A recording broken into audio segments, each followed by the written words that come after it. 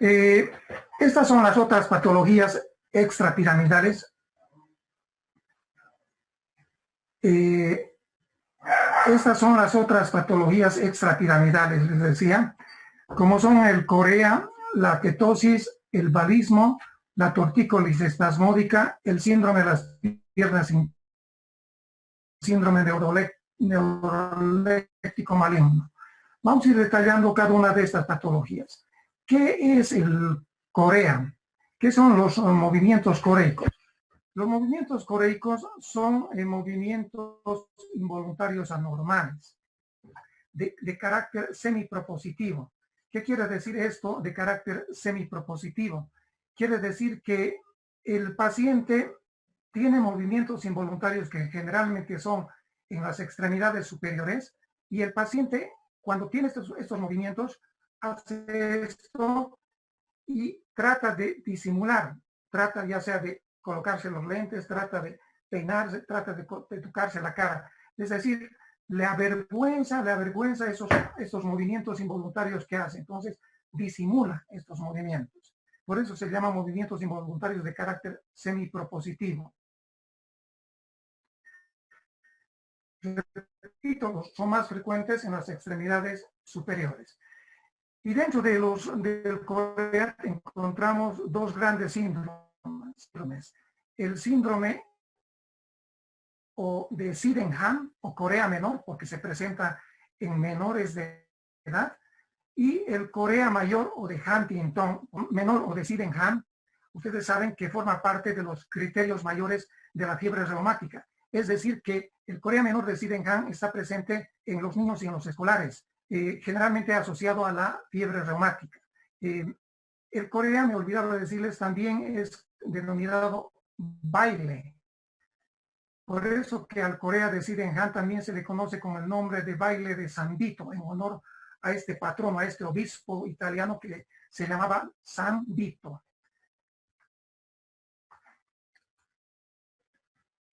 El corea mayor o de Huntington, el corea mayor o de Huntington se presenta en personas mayores. Generalmente 40 años es el debut, pero a veces, excepcionalmente, rara vez puede debutar antes de los 30 años. Se conoce con el nombre de variante de Westphal, Pero repito, es rarísimo, porque lo más frecuente es que se presente en personas por encima de los 40, 50 años. El corea de Huntington tiene una triada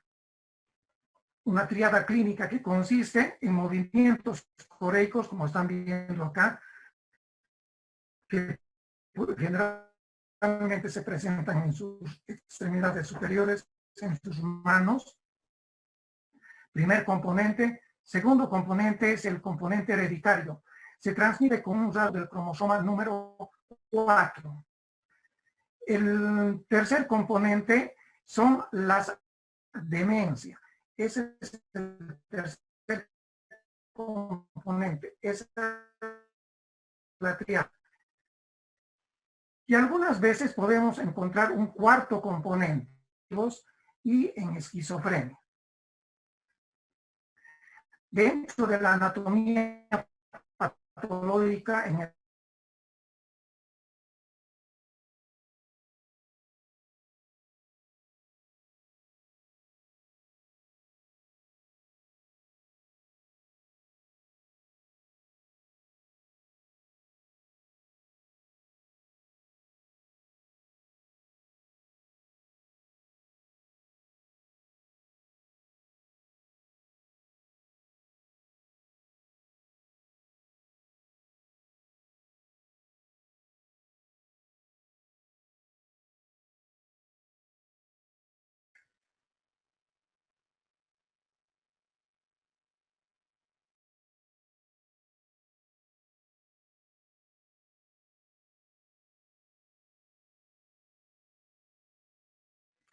ya, el Wi-Fi está un poco lento, jóvenes. Si existe un problema similar al que hemos tenido, por favor, vuélvanse a conectar.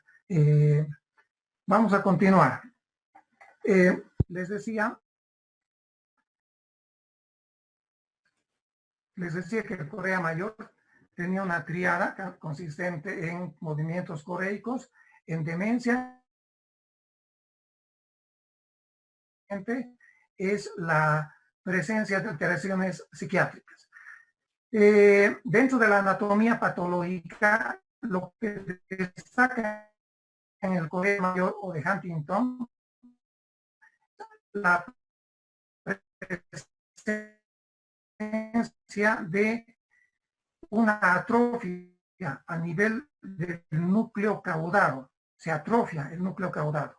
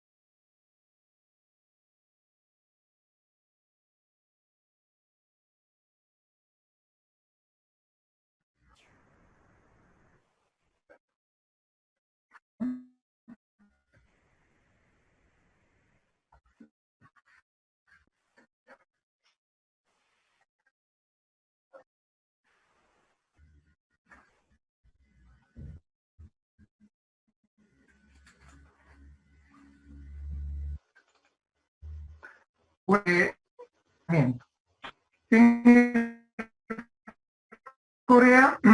Corea, tanto mayor que el aumento de la dopamina. Recuerdan que en la enfermedad de Parkinson era al revés. La dopamina estaba en déficit y predominaba la acetilcolina.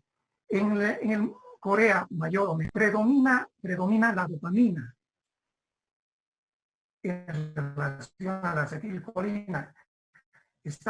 Hay mayor cantidad de dopamina. Por lo tanto, ¿qué tenemos que dar? Drogas antidopamina o antidopaminérgicas. Y dentro de estos medicamentos encontramos a los neurolépticos, como el haloperidol y la risperidona.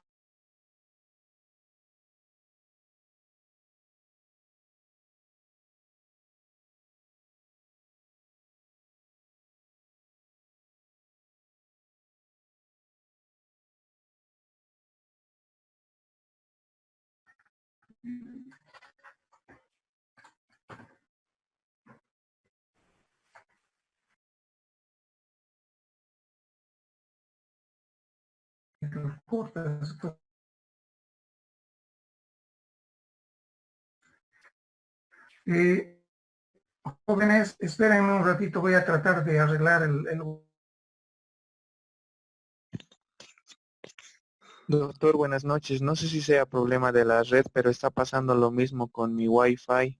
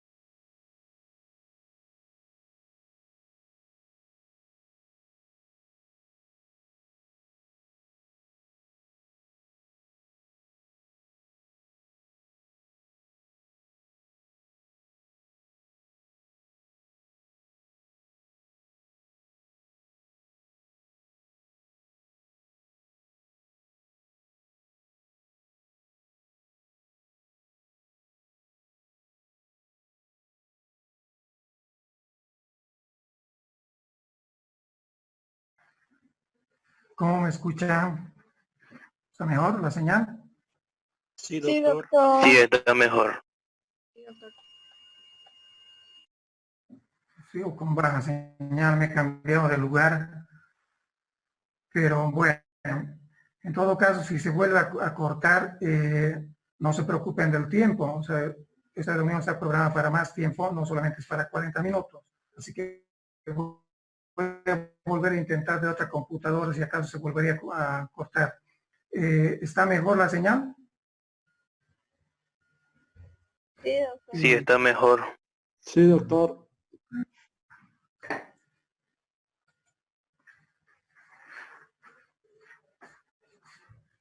Bueno, les decía que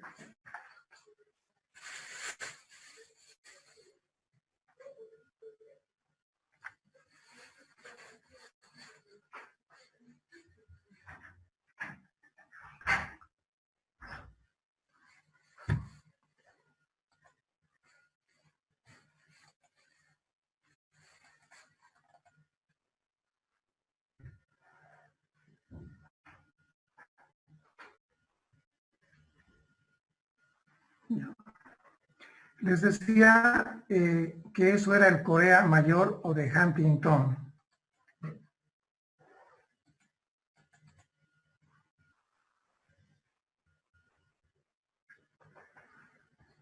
Ya.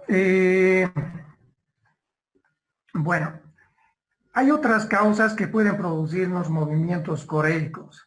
Y dentro de estas causas está el uso de anticonceptivos, ¿ya? Algunas veces podemos ver también movimientos coreicos durante el embarazo y también algunas pacientes que tienen lupus eritematoso pueden presentar movimientos coreicos. También hemos visto movimientos coreicos en cuadros de hipocalcemia. Este es un síndrome extrapiramidal consistente en una distonía de la mano.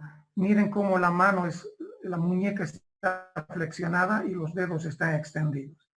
Este es otro cuadro extrapiramidal, es la tortícolis espasmódica. Ustedes han debido ver que algunas veces en la calle, estos pacientes involuntariamente giran su cabeza hacia un lado, ¿ya? Este es un cuadro extrapiramidal, la tortícolis espasmódica. El síndrome de las piernas inquietas. El síndrome de las piernas inquietas es un cuadro relativamente frecuente. Generalmente es de naturaleza idiopática, desconocida, pero algunas veces se puede presentar por déficit de hierro. ¿En qué consiste el síndrome de las piernas inquietas? Consiste en la presencia de adormecimientos, parestesias, disestesias, es decir, adormecimientos en ambas extremidades inferiores, en las piernas. Y como característica es que se presenta en el reposo, es decir, cuando el paciente o la persona está sentada o está recostada. Este adormecimiento es muy molestoso para él o la paciente y le obliga al paciente a moverse, ya que el movimiento mejora esta sensación desagradable de adormecimiento que presenta en ambas extremidades inferiores. ¿Cuál es el tratamiento? Dar agonistas dopaminérgicos. Y uno de los que mejor funciona es el pramipexol. Ya habíamos hablado, recuerdan la anterior clase cuando hablamos de enfermedad de Parkinson, les decía agonistas dopaminérgicos. Les había mencionado el ropinirol, el rotilotin, el pramipexol, etcétera, etcétera. Uno de ellos es el pramipexol que se utiliza en esta patología. El síndrome de Gilles de la Tourette. El síndrome de Gilles de la Tourette es un cuadro bastante interesante, ya que se presenta antes de los 21 años. Ese es un requisito. La clínica que tiene que estar presente antes de los 21 años. Este cuadro tiene un componente hereditario, ya que se transmite con un rasgo autosómico dominante, donde la lesión está en el cromosoma 18. Y algunas veces en el cromosoma X. Todo, la lesión radica en el cromosoma 18. ¿Cuál es la clínica de esta patología? La clínica se presenta por presencia de múltiples tics motores y fonéticos. ¿En qué consisten estos tics motores? Consisten en gesticulaciones que la persona realiza a nivel de la cara. Generalmente son parpadeos que el paciente realiza. Va parpadeando, va haciendo muecas en su nariz, en sus labios. Pero lo más frecuente son los parpadeos que realiza. Los tics motores, fonéticos, ¿en qué consisten? En la mayoría de las veces es carraspeo. Frecuentemente los pacientes andan haciendo y eso molesta al entorno, pero estos son los tics fonéticos. Esta patología presenta ecolalia y coprolalia. Ecolalia, van repitiendo todo lo que se les va diciendo. ¿Cómo te llamas? Y el paciente dice, ¿cómo te llamas? ¿De dónde eres? Y el paciente responde, ¿de dónde eres? Coprolalia, hablan obscenidades. ¿Cuál es el tratamiento? Dar clonidina o guanfacina. Estos dos. La clonidina, seguramente ustedes recuerdan, les han enseñado en cardiología, es el catapresan. El nombre comercial es el catapresan. Se lo utiliza mucho en la patología hipertensiva. Ojalá puedan ver bien este video, pero porque con este video se les va a retener bastante en qué consiste el Gilles de la Tourette.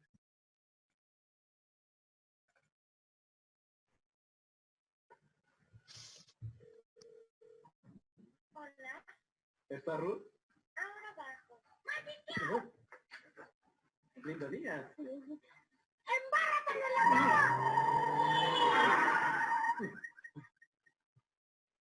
Rayos, ¿qué sucedió? Lo siento. Es que tengo el síndrome de Tourette y hace que me den ataques incontrolables. Eso no es tan malo. Sí, es cierto. Te haces a la idea. ¡Basura! ¡Antro! ¡Troglodita! Sí, hay lugares donde no puedo ir. ¡Apestosa! ¡Ya! ¿De qué estás hablando?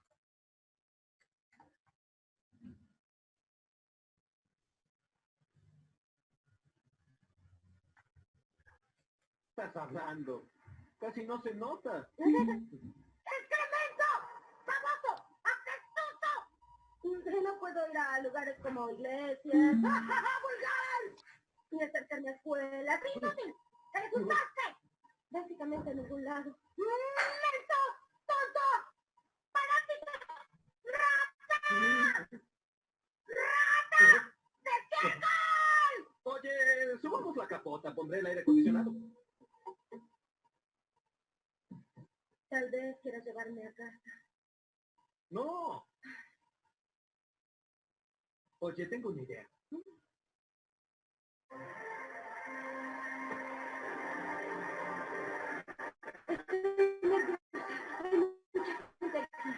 Descuida. Lo sé, eso era Shane. ¿Qué piensas del otro equipo? ¡Cretino! ¡Sí! Y ese pitcher, digo, deja las tácticas y lanza ya. ¡Bola tiesa! ¡Bola tiesa! ¡Sí! ¡Bola tiesa! Aquí se necesita un strike tieso. El otro equipo es una manada de apestosas peritas.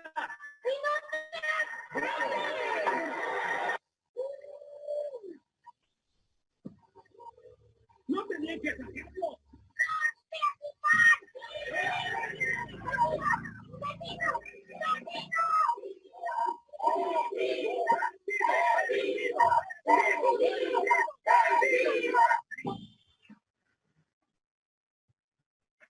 Bueno, yo creo que con ese video les va a quedar bastante claro en qué consiste el síndrome de Gilles de la Tourette.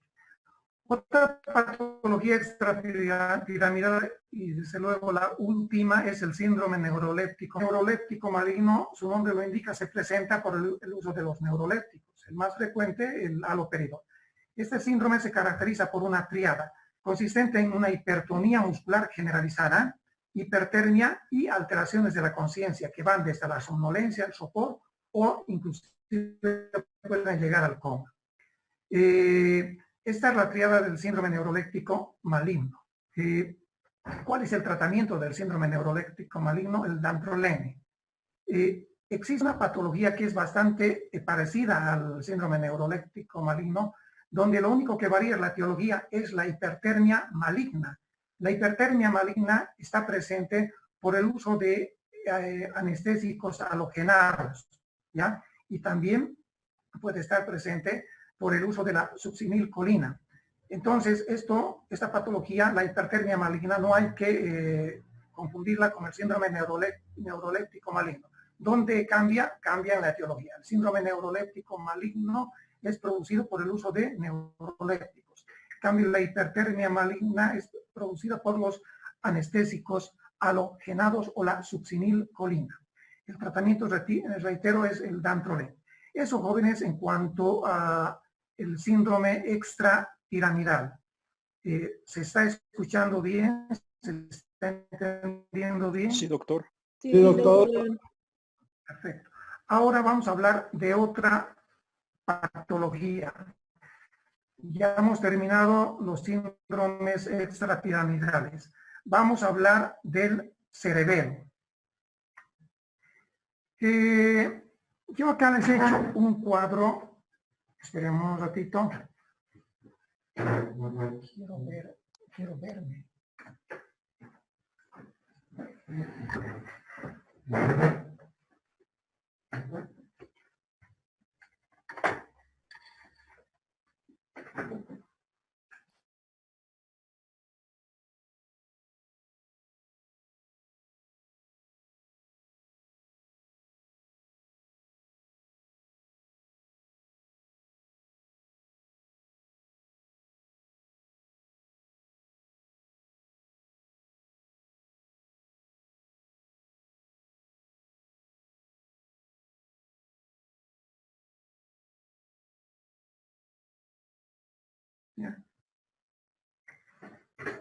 Bueno, me he traído este cuadrito para enseñarles acerca de lo que es el cerebelo. El cerebelo anatómicamente está formado por tres lóbulos. El lóbulo anterior, que es todo esto. Doctor, perdón que les corte. Y si lo pone en su pantalla grande, es que están las diapositivas ahorita en la pantalla. Aprieten al video del doctor, les voy a mandar ahí. Ah, ya. Hace doble clic, doctor, le voy a mandar ahí. ¿Se ve ahí? No. Sí, doctor. Ahí está bien, doctor. Ya. El cerebelo, les decía, se divide en tres lóbulos. El lóbulo anterior, que es esto. El lóbulo posterior, que es esto. Y esos puntitos negros que ven adelante es el lóbulo flóculo nodular, con los dos nódulos a los lados y con los dos flóculos a los lados y el nódulo en la parte medial. Estos tres puntitos negros corresponden al lóbulo flóculo nodular, ¿ya? Bien, el lóbulo flóculo nodular filogenéticamente corresponde al arquicerebelo. El lóbulo anterior, la parte anterior del cerebelo, filogenéticamente todo esto, recibe el nombre de paliocerebelo. Y el lóbulo posterior, que es todo esto, recibe el nombre de neocerebelo. Lóbulo posterior o neocerebelo. Cada uno de estos lóbulos cumplen funciones determinadas. Por ejemplo, el lóbulo anterior y ustedes saben que en la parte medial del cerebelo es el vermis, ¿no es cierto? El vermis. El lóbulo anterior y la parte anterior del vermis, ya que se denomina paliocerebelo, ya, tiene funciones en nuestra marcha y en nuestra postura. Marcha y la postura. El lóbulo flóculo nodular, llamado también arquicerebelo, ¿qué función cumple en el ser humano? Se encarga del equilibrio. ¿Y qué función cumple el lóbulo posterior o neocerebelo? No es el que realiza nuestros movimientos voluntarios. Ustedes recuerden que los movimientos voluntarios los ejecuta la vía piramidal. La vía piramidal que hemos llevado en la primera clase. Entonces, ¿qué hace el lóbulo posterior? El lóbulo posterior lo que hace es coordinar estos movimientos voluntarios. Los hace más finos, más precisos, al igual que el sistema extrapiramidal. Recuerdan que el sistema extrapiramidal también hacía que los movimientos voluntarios que son ejecutados por la vía piramidal se vuelvan más exactos, más precisos. Lo mismo, el lóbulo posterior lo que hace es que estos movimientos voluntarios que ejecuta la vía piramidal, el lóbulo posterior hace que estos movimientos sean más coordinados, más exactos, más precisos. Esa es la función del neocerebelo. Les voy a mandar este video más adelante. Bien. Ahora vamos a ir a las diapositivas.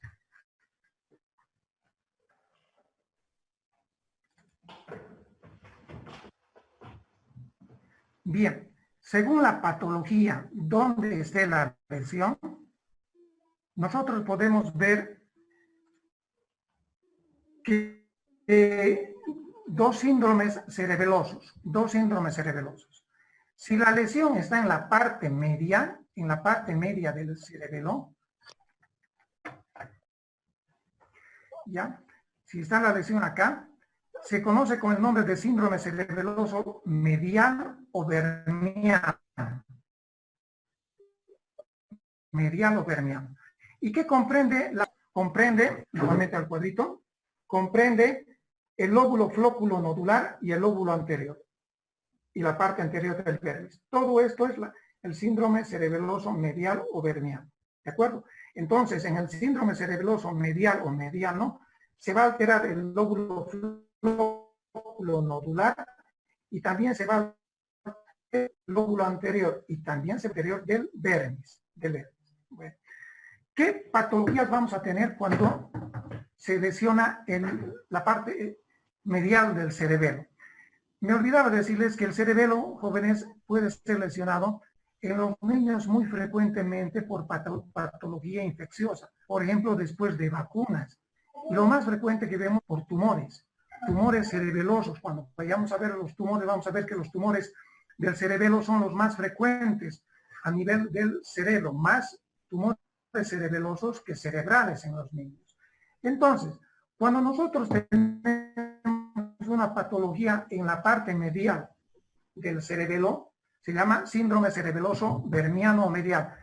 Y cuando la lesión, el tumor o la infección, por ejemplo, o los abscesos, están en la parte lateral, se conoce con el nombre de síndrome cerebeloso lateral o síndrome cerebeloso neocerebeloso. Recuerdan que el lóbulo posterior también recibe el nombre de neocerebelo.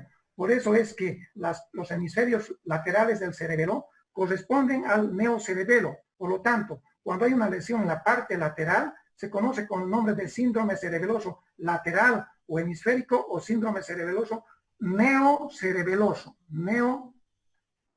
Neocerebeloso. ¿De acuerdo? Síndrome cerebeloso lateral o neocerebeloso. Bien. Cuando se daña la parte medial, ¿qué tenemos? ¿Qué patologías vamos a tener?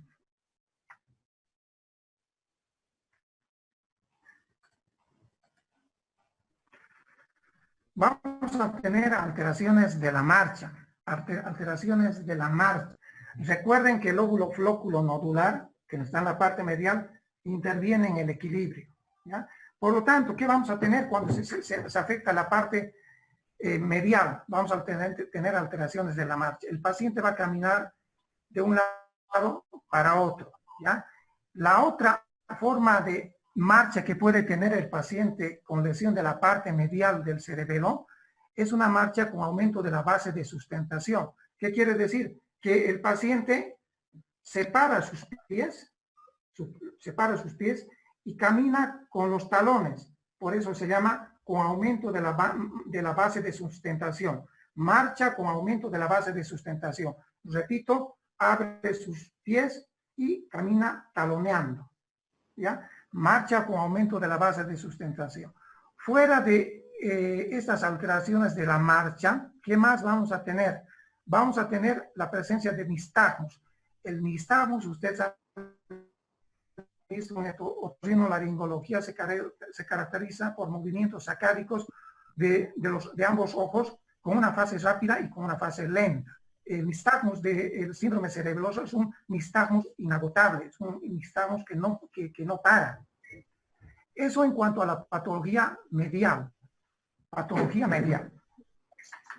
¿Ya? Cuando la lesión está en la parte medial del cerebelo. ¿Qué pasa cuando la lesión está en la parte lateral, en el neocerebelo? ¿Qué pasa cuando la lesión está en el neocerebelo? Se llama síndrome cerebeloso lateral o síndrome neocerebeloso. ¿Y qué va a ocurrir cuando hay una lesión ahí? Vean el neocerebelo. El neocerebelo cumple funciones de coordinación de los movimientos voluntarios. Coordinación de los movimientos voluntarios. Entonces, ¿qué va a pasar cuando hay una lesión del neocerebelo?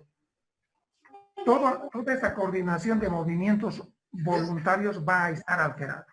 Vamos a tener hipotonía muscular. Nuestros movimientos no van a ser precisos.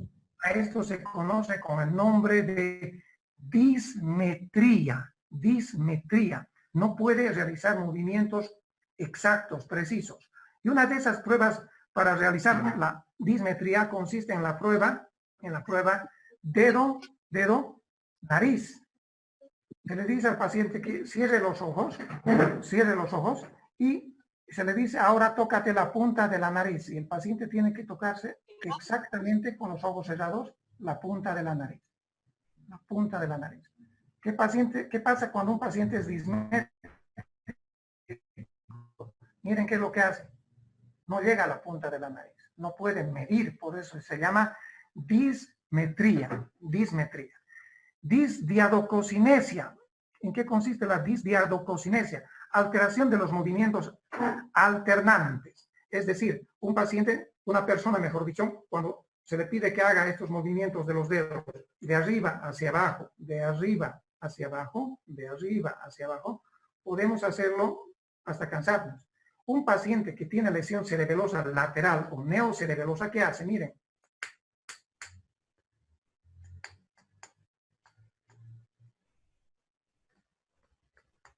No puede hacer estos movimientos alternantes.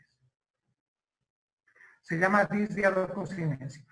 Dissinergia, también conocido con el nombre de prueba de Stewart-Holmes, la dissinergia. Dissinergia. ¿En qué consiste la dissinergia? Dissinergia o prueba de Stewart-Holmes. El paciente no puede controlar sus movimientos cuando es sometido a una fuerza. Miren acá, por ejemplo, el paciente está haciendo fuerza y el examinador, el médico, le está oponiendo esa fuerza. El examinador, miren cómo abruptamente va a soltarle la mano y el paciente se va a golpear. Es decir, cuando una persona ofrece resistencia ahí, ¿ya? Y abruptamente suelta, el paciente se golpea la cara. Normalmente, ¿qué es lo que hacemos? Cuando soltamos abruptamente la mano, podemos controlar y no nos golpeamos. En cambio, el paciente que tiene dissinergia, ya sabe, cuando hacemos esto, o ponemos resistencia, soltamos bruscamente, el paciente se golpea. A eso se llama Stewart-Holmes o dissinergia. Los reflejos pendulares se caracterizan o son parecidos, mejor dicho, a la hiperreflexia. Son reflejos osteotendinos aumentados, al igual que en el síndrome piramidal. Pero recuerden que en el síndrome piramidal los reflejos osteotendinos van acompañados de hipertonía. En cambio acá los reflejos pendulares son reflejos aumentados, pero que van acompañados de hipotonía. El temblor, ya hemos visto en la anterior clase. El temblor, existen 3 clases de temblor, les decía. El temblor del reposo propio del paciente con enfermedad de Parkinson, ¿recuerdan? El temblor postural, el que se presenta en una determinada postura. Ese es un temblor que está presente en muchos de nosotros, les había hecho el comentario, en muchos de nosotros, y el más frecuente es el temblor esencial. Les decía, muchos cirujanos, muchas personas dentro de ustedes, estoy seguro que también hay personas que tiemblan. Bueno, ese temblor es un temblor fisiológico, se llama temblor postural o temblor esencial, ¿recuerdan? Y la tercera clase de temblor que les había enseñado es el temblor kinésico de intención o de acción, ¿recuerdan? Ese es el temblor que se presenta al finalizar una acción, les decía. Por ejemplo, una persona normalmente en reposo no está temblando, en una postura no está temblando tampoco. Cuando se le dice, por ejemplo, tócate la punta de la nariz, miren, normalmente no tiembla, pero al finalizar la acción, al terminar ya, es decir, cuando se está tocando la nariz, empieza a temblar.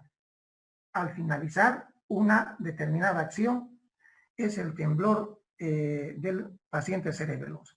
Es decir, que el temblor del paciente cerebeloso es un temblor que corresponde al temblor kinésico de acción o de intención también llamado. Temblor que se presenta al finalizar una determinada acción.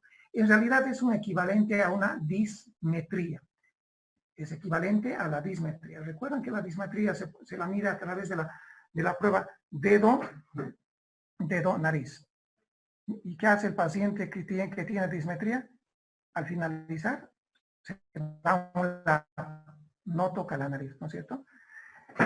Y finalmente, la disartria. La disartria es cuando se llama disartria cuando existe alteración en la articulación de la palabra. Alteración en la articulación de la palabra. Es cuando las personas hablan como borrachitas, no se les entiende. Empiezan su voz a tener una alteración en cuanto al tono y al ritmo. Empiezan a hablar, como les decía, como borrachitos. Entonces, podemos resumir diciendo que en el síndrome medial, en el síndrome cerebeloso medial, de la parte medial, que comprende el lóbulo flóculo nodular, que comprende el lóbulo anterior y el vermis, vamos a tener alteraciones de la marcha, ¿ya? Y vamos a tener nistagmos. Y cuando hay alteraciones de la parte lateral, es decir, del neocerebelo, vamos a tener todas estas manifestaciones. Y lo que ejemplifica mejor, jóvenes, la patología cerebelosa es el alcohol. Pero antes yo quiero decirles cómo se llamaría a un disturbio, a una lesión que comprometa tanto el lóbulo flóculo nodular, tanto el lóbulo anterior, tanto el lóbulo posterior, es decir, que comprometa a los tres lóbulos. ¿Qué nombre le darían ustedes? Síndrome pancerebeloso. Engloba todo el cerebelo. Y bueno, el síndrome pancerebeloso, les decía, un ejemplo claro lo tenemos en la intoxicación por alcohol. Yo sé que muchos de ustedes han visto personas que se intoxican. Ojo, estoy diciendo han visto, no es que ustedes lo han practicado. Han visto personas que se han intoxicado con alcohol. ¿Y qué es lo que han visto? Todas estas manifestaciones. Primero, ¿qué han visto? A las personas les han visto que están caminando mal, ¿no? Van de un lado a otro. Si ustedes pueden acercarse y van a ver sus ojitos, van a ver que empiezan a tener nistagmos.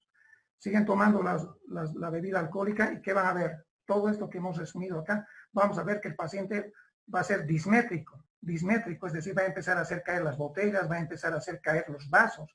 A eso se llama dismetría, ¿ya? Esto de la prueba de Stewart-Holmes, también llamado el fenómeno de rebote, van a ver que va a estar presente, no va a poder controlar estos movimientos. ¿Qué va a tener también? Disinergia, va a empezar a tener temblor, y ya saben, y ese paciente prácticamente va a empezar a hablar mal, va a empezar a hablar como borracho. Eso se llama disartria. Bueno, jóvenes, ese es el resumen de la clase que he querido darles el día de hoy. Creo que no me he extendido. El gran problema que hemos tenido ha sido solamente la conexión al Wi-Fi, pero creo que esta última parte ha sido posible. No sé si hay alguna pregunta. Doctor, ¿solo se presenta el síndrome pancerebeloso en casos de intoxicación por alcohol o hay otra etiología? Los tumores, por ejemplo, pueden empezar en la parte medial, van internos se extienden hacia la parte lateral. Cuando vemos patología cerebelosa, vemos que tanto la parte medial y la parte lateral están comprometidas. Gracias, doctor. Doctor, aquí tengo otra pregunta. Don Andrés. Dentro de los síndromes extrapiramidales, ¿cuál es generalmente el pronóstico? ¿Qué se espera en ese tipo de casos? ¿Cuál de ellos? La enfermedad de Parkinson, el síndrome coreico, el Corea mayor, el Corea menor, ¿cuál de ellos? Dentro de los coreicos, doctor. O sea, vamos a hablar. El Corea mayor o de Huntington tiene un pésimo pronóstico. Pésimo pronóstico porque es progresivo, no tiene una solución. Va progresando y estos pacientes llegan a estar postrados en cama y se mueren de infecciones, de neumonías. Una patología que me he olvidado hablar es el balismo y la tetosis, ¿ya? La tetosis consiste en movimientos reptantes, ¿ya? Es como es el baile del break, recuerdan que son movimientos contorsionantes que empiezan en una mano, le sigue a la cabeza y se va hacia la otra mano, ¿ya? Ese es la tetosis.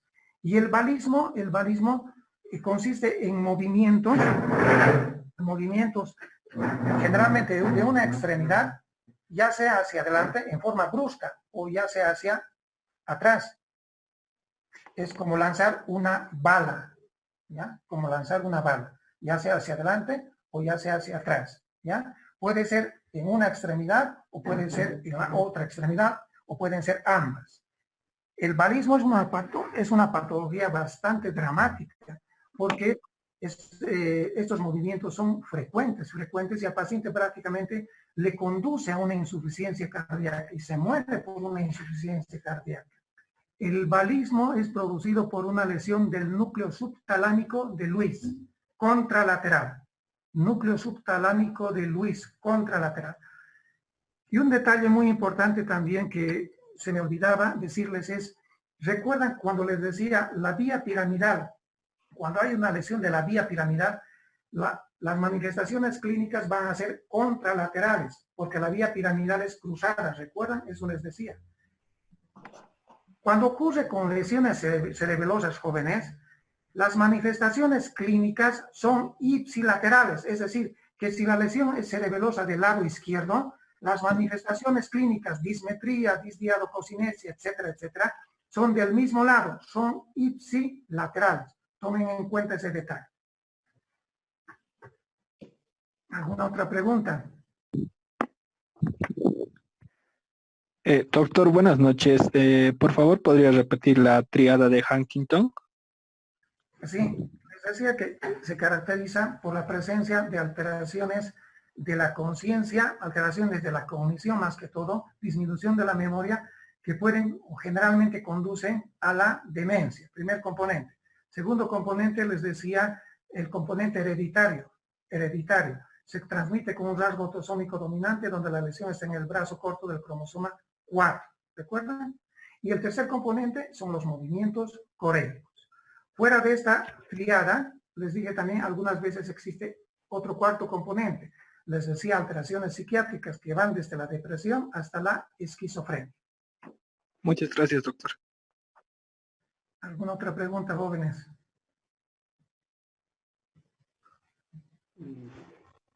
¿Algo más? ¿Algo más? Doctor, en caso del síndrome de las piernas inquietas, ¿este tiende a empeorar o se mantiene si no se trataría?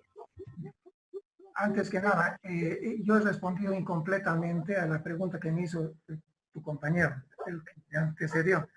En cambio, el Corea menor tiene un excelente pronóstico. El Corea menor o del Sydenham está relacionado con la fiebre reumática. Hay que tratar la fiebre reumática. Tiene un buen pronóstico porque generalmente los movimientos coreicos tienden a desaparecer. Están un par de meses y se les da neurolépticos, aloperidol generalmente, y un par de meses y los movimientos coreicos desaparecen. Tiene un excelente pronóstico. Respecto a la pregunta, Laura, ¿no? No, Jair. Javi, ¿no? Sí. Bueno, respecto a la pregunta de las piernas inquietas, tienen un buen pronóstico, A todos estos pacientes, nosotros, a pesar que generalmente la etiología es idiopática, les decía, pero a todos estos pacientes, nosotros lo que les damos es hierro, les damos hierro, y van muy bien estos pacientes. Bueno, gracias, doctor. ¿Alguien más? Doctor, en caso de la enfermedad de Parkinson, ¿cuál sería el pronóstico? El pronóstico, ya les dije en la anterior clase, el pronóstico es reservado porque esta enfermedad es progresiva. A pesar de que se haga tratamiento, ya sea medicamentoso o ya sea quirúrgico, lo único que estamos haciendo es frenar la evolución, frenar que esto no progrese. El pronóstico es bastante reservado. Generalmente los pacientes van, según esa escala de Hoehn-Yahr que les he dado, van de 1 al 5, generalmente en unos 15, 20 años cuando están bien controlados.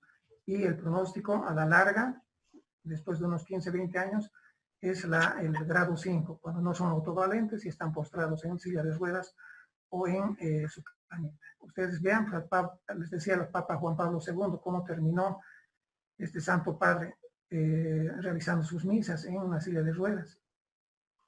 Pero después de varios años. O sea, con el tratamiento lo que hacemos, repito, es frenar la evolución. Hacer que esto no vaya progresando tan rápidamente. ¿Alguna otra pregunta? Doctor, quizás se olvidó hablar del blefaroespasmo que está en sus apuntes. Sí, el blefaroespasmo se llama también síndrome de Meige se escribe. Consiste, también un síndrome extrapiramidal que lo he obviado porque no es muy frecuente. Consiste en la contracción brusca de ambos ojos. Y se contraen ambos orbiculares, se cierran los ojos y el paciente tiene dificultad para volverlos a abrir. Es también una patología extrapiramidal, el síndrome de Meige o blefaroespasmo.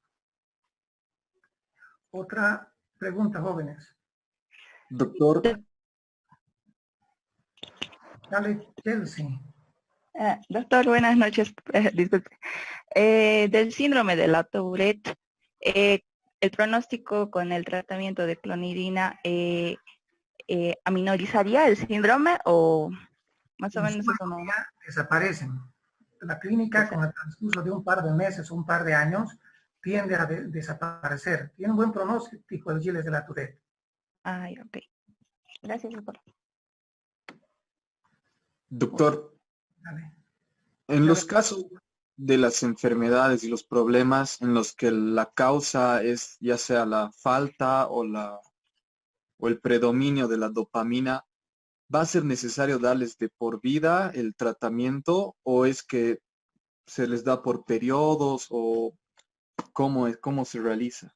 O sea, por ejemplo, cuando hay un aumento de la dopamina, ¿en qué patologías hemos dicho que la dopamina está proporcionalmente en mayores cantidades en relación a la acetilcolina? Hemos dicho en el corea. Corea mayor, sí. ¿No? Tanto en el corea mayor como en el corea menor.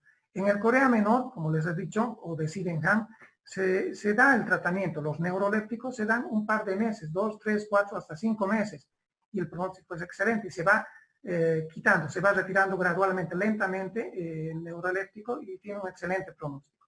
Respecto al corea mayor, el corea mayor tiene un pésimo pronóstico, les decía, el corea de Huntington. Entonces, nosotros hacemos vacaciones con los neurolépticos, damos un par de meses o un par de años, y como los neurolépticos a la larga, ¿qué pueden producir? Pueden producir Parkinson, ¿no es cierto? Un parkinsonismo secundario. Entonces, ¿qué es lo que hacemos? Damos un par de meses y suspendemos o disminuimos la dosis de los neurolépticos, para que después de una corta vacación, de una corta suspensión, de un corto tiempo que vayamos a suspender el medicamento, nuevamente volvemos a usar los neurolépticos. Siempre y cuando en el corea de Huntington haya un predominio de la clínica en cuanto a los movimientos coreicos. Gracias, doctor. ¿Alguna otra pregunta, joven? Doctor, ¿existe algún tratamiento para la hipertermia maligna? Claro, les he dicho. El tratamiento de elección, el antídoto, ¿cuál es? Es el dantrolene, les he dicho. tanto para el síndrome neuroléptico maligno como para la hipertermia maligna. El tratamiento de elección es el antídoto, este relajante muscular que es el dantrolene. Gracias. ¿Algo más? Sigan preguntando porque no hay premura. Tenemos todo el tiempo. Dale. Quisiera saber si en pacientes que están inconscientes se puede diagnosticar un síndrome cerebeloso. ¿Es posible? Cuando hay un compromiso de conciencia y hay una alteración cerebelosa, generalmente ya unos días o unos meses antes, el paciente ya existe el antecedente, existe la clínica previa, ¿ya? Que el paciente, antes de haber tenido un compromiso de conciencia, de estar comatoso, ha tenido manifestación. Por ejemplo, si es un tumor, el paciente ha tenido que tener dolores de cabeza de un par de días, un par de semanas. Tenía dolor de cabeza, doctor, desde hace unos días, estaba con náuseas, con vómitos, no podía caminar, se mareaba mucho. Hay manifestaciones. Cuando hay hemorragias cerebelosas, los ACVs hemorrágicos se pueden ubicar también en el cerebelo. El cuadro es brusco, súbito, ¿ya? En estos casos, como en nosotros, como en el anterior que les decía, quien hace el diagnóstico, además de la clínica, desde luego es la tomografía. Hay que sacar los exámenes. Y el examen de elección, sin duda, es la tomografía. Otra pregunta. Doctor, ¿se pueden presentar síndromes cerebelosos conjunto a algún síndrome piramidal o extrapiramidal? Claro que se pueden. ¿Recuerdas que yo decía, cuando hablaba de la vía piramidal, no sé si recuerdan, les decía, la vía piramidal nace en la circunvolución frontal ascendente, después pasa por el brazo posterior de la cápsula interna, luego desciende por el tronco cerebral, ¿ya? Tronco cerebral, mesencéfalo, protuberancia y bulbo. Tú recuerdas que el cerebelo está acá y el tronco cerebral está acá.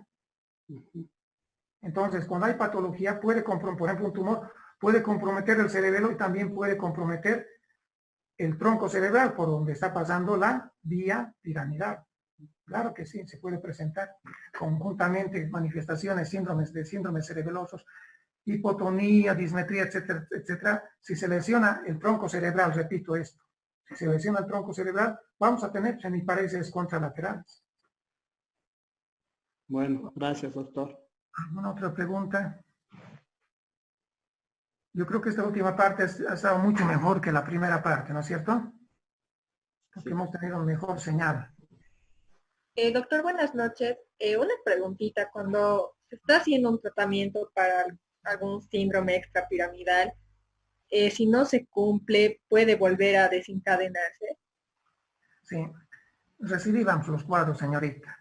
Si no se hace tratamiento con dosis adecuadas, sencillamente no se hace el tratamiento, pueden ¿Y volver a eso puede recaer empeorar el pronóstico? No empeora el pronóstico, sino que al paciente se le concientiza que tiene que ser responsable con su tratamiento y bueno, se hace el tratamiento respectivo y si lo cumple, pues va a ir bien, dependiendo de qué cuadro extrapiramidal estamos tratando. Gracias, doctor. ¿Alguna otra pregunta, jóvenes? Bueno, yo creo que esta semana, jóvenes, vamos a hablar también de otro tema. Lo que pasa es que tenemos que ir avanzando poco a poco. Yo sé que esto no es obligatorio, pero ustedes tienen